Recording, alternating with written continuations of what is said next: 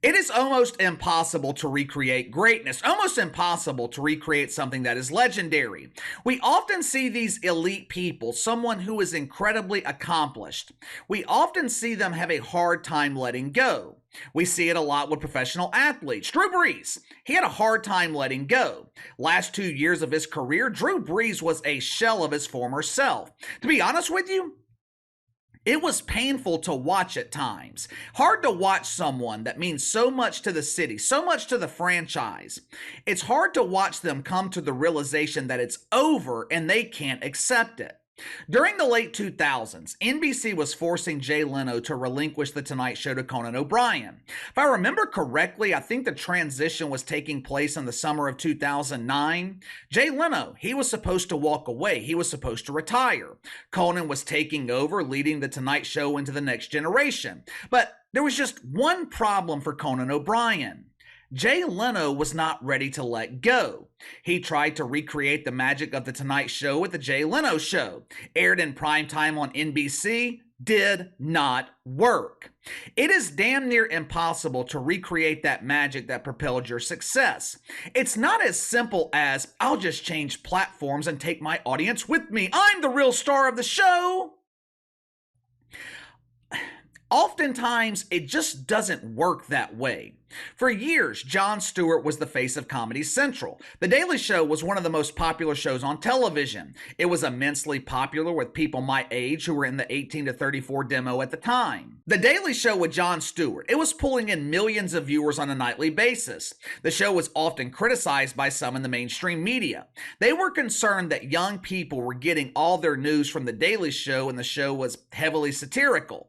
And to be honest, they were right. When I was in high school and college, I wasn't watching Fox News. I wasn't watching CNN. I didn't get my news from Bill O'Reilly or Andy Cooper. I got my news from Jon Stewart.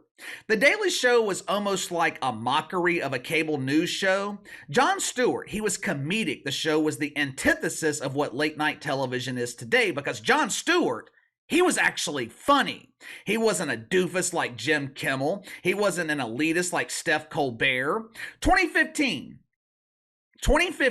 after almost 20 years on the air, Jon Stewart decides to walk away from The Daily Show. He hands the golden goose to Travis Noah. Now, of course, Travis, he does what failures do best. He takes a prestigious, successful franchise, something that has drawn ratings for 17 years on Comedy Central, and Travis, he turns that into a huge, embarrassing failure. But after 5, maybe 6 years of retirement, Jon Stewart, he decides that he wants to recreate the magic. He wants to recreate his glory days where he was one of the biggest draws on television. He agrees to a deal with Apple TV to recreate The Daily Show 2.0. They call it The Problem with Jon Stewart. The title was kind of fitting, but there wasn't just a singular problem with this show. They should have called it The Many Problems with Jon Stewart. This show was an abject failure from the beginning. One of the problems with Jon Stewart, people did not care about the new and improved Jon Stew. The show was pulling 40,000 viewers on a good day. But KC, the show was immensely popular on YouTube. Yeah. It was. But Apple, they did not hire Jon Stew to build a YouTube channel with over 1 million subscribers. Apple hired him to boost subscriptions to their platform. The problem with Jon Stew, it was praised by the shitfucks in the mainstream media, but most of us normal people, we didn't recognize the new and improved Jon Stew. Where was the comedy? Where was the humor? Where were the jokes about politicians? All of that was replaced with segments of Jon Stew apologizing for his white privilege. What did he receive for his atonement? What did he receive for his dedication to the woke wiener? Jon Stew received 3 Emmy nominations. It was the classic case of a show being rejected by normal people, but he was accepted by Hollywood and the mainstream media. Somehow, even with abysmal ratings, Jon Stew was picked up for season 3. Key word, was. Filming for season 3, it was set to begin here in the next couple of weeks, but there was just one problem, one tiny problem. When Jon Stewart signed with Apple, he was promised autonomy. Apple told him, "We will give you full creative control." You know, Anytime I make a video on Deion Sanders, the worshipers of the woke oak tree, they come out in full force. Doesn't matter how many times I say that I like and respect Deion Sanders. Doesn't matter how many times I say that Deion Sanders is a good coach. Anytime there is a hint of legitimate criticism, the shit fucks, they put down the wanker and they transition into keyboard gladiators. The other day, one of them commented on my video and said, "This guy doesn't know anything. If he did, he would have been hired by a major media company." First of all, working for a major media company, that doesn't mean you're filled with knowledge and wisdom. Matter of fact, many of those working in the mainstream media, they don't know a damn thing about what they're covering. Case in point, Stephen A. Smith and his lack of knowledge of the NFL. The truth is, I have no aspirations of working in the media. I've been contacted before asking if I had any interest in taking this show to another platform, making it exclusive. I think I shared with you guys the other day the opportunity I had to work with former NFL and NBA players. Every once in a while, an opportunity will be presented, but the answer so far has always been no. Why? Because I'm not driven by money. I'm driven by my freedom. I'm driven by having a stress-free lifestyle. I don't want to answer to anybody. You see, when you're cashing someone else's paycheck, you relinquish all of your autonomy. They can promise you all day that you'll be given creative freedom, and maybe you will be given that freedom for a while. But there always comes a time when the person signing the front of that check will exert their power, and the only thing you can do is accept their terms or walk away. We see it happening slowly with Pat McAfee at ESPN. He was promised creative control, told his audience that nothing would be changing about the Pat McAfee show. We're not even 2 months in. The cursing has already been toned down, and here we have Pat McAfee talking about the WNBA. This same thing, it actually happened to Jon Stewart. There will be no season 3 of The Problem with Jon Stew. The problem has met the solution. Going into the season, Jon Stewart is required to give Apple a list of topics that will be covered on the show. Now, does that sound like creative freedom to you? Does that sound like autonomy? You know who I submit my list of topics to? Myself. You know what topics I cover? A lot of times, it's the topics that you guys send me. Case in point, this video. It was sent to me by a viewer yesterday. Apple canceled Jon Stew over what they're calling creative differences.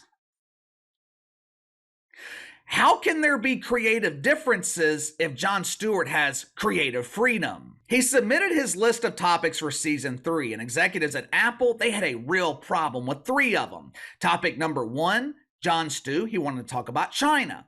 Now, I would imagine that he was going to be critical of the Chinese government. Jon Stewart, he's what I call quasi-woke, and the only reason I consider him to be quasi-woke is because he apologized for his white privilege and he dedicated segments to mythical racism.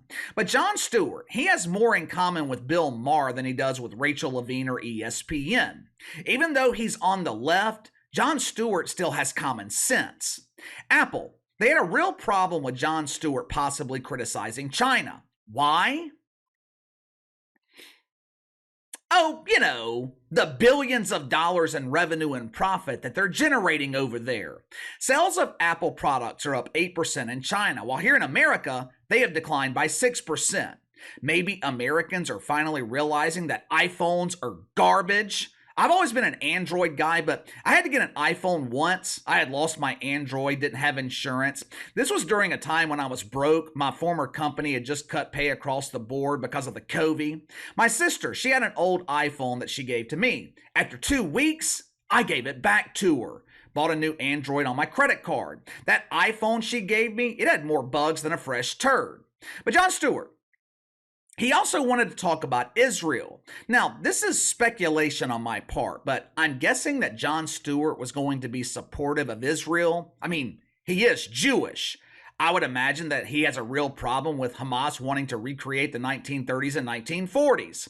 Executives at Apple, they had a problem with that too. I wonder why. Jon Stewart, he decided to walk away from Apple. He told his staff on Thursday, show over. And you know what? Good for Jon Stewart. He refused to bend the knee. He refused to back down to executives at Apple. And I respect him for it. But the truth is, Jon Stewart is a shell of his former self. He's just like Drew Brees in the final stages of his NFL career. The problem with Jon Stew was not Jon Stewart. This dude was an absolute legend on The Daily Show because of his comedy. That was Jon Stewart. But Jon Stew was trying to become a serious interviewer. He was trying to become a cable news host, a serious journalist.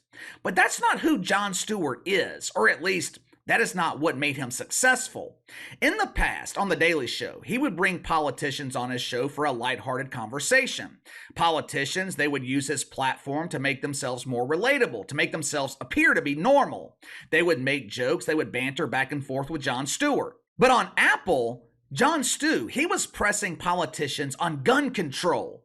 Guns don't keep people safe. If someone is approached by a criminal, all they have to do is calmly explain to the criminal that they're standing in a safe space. Nothing bad can happen in the safe space. It would be like Jay Leno trying to have a serious interview with someone like Mitch McConnell. It wouldn't work. No one would take it seriously.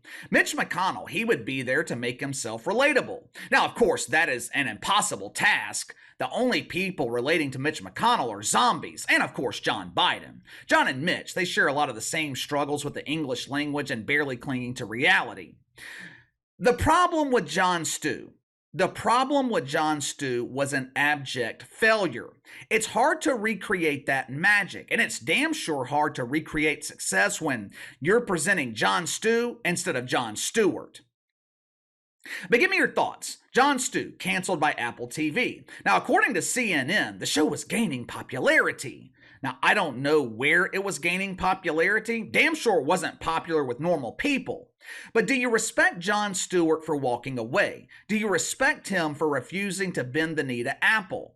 Was the show ever going to succeed either way? I mean, was Jon Stew ever going to replicate the success of Jon Stewart? You let me know. Sound off in the comments below. Like, subscribe, share the video. I appreciate you guys and your continued support. Best way to contact me is by email at btlkc84@gmail.com. Follow me on Twitter at kc_btl84. I'll see you guys tomorrow.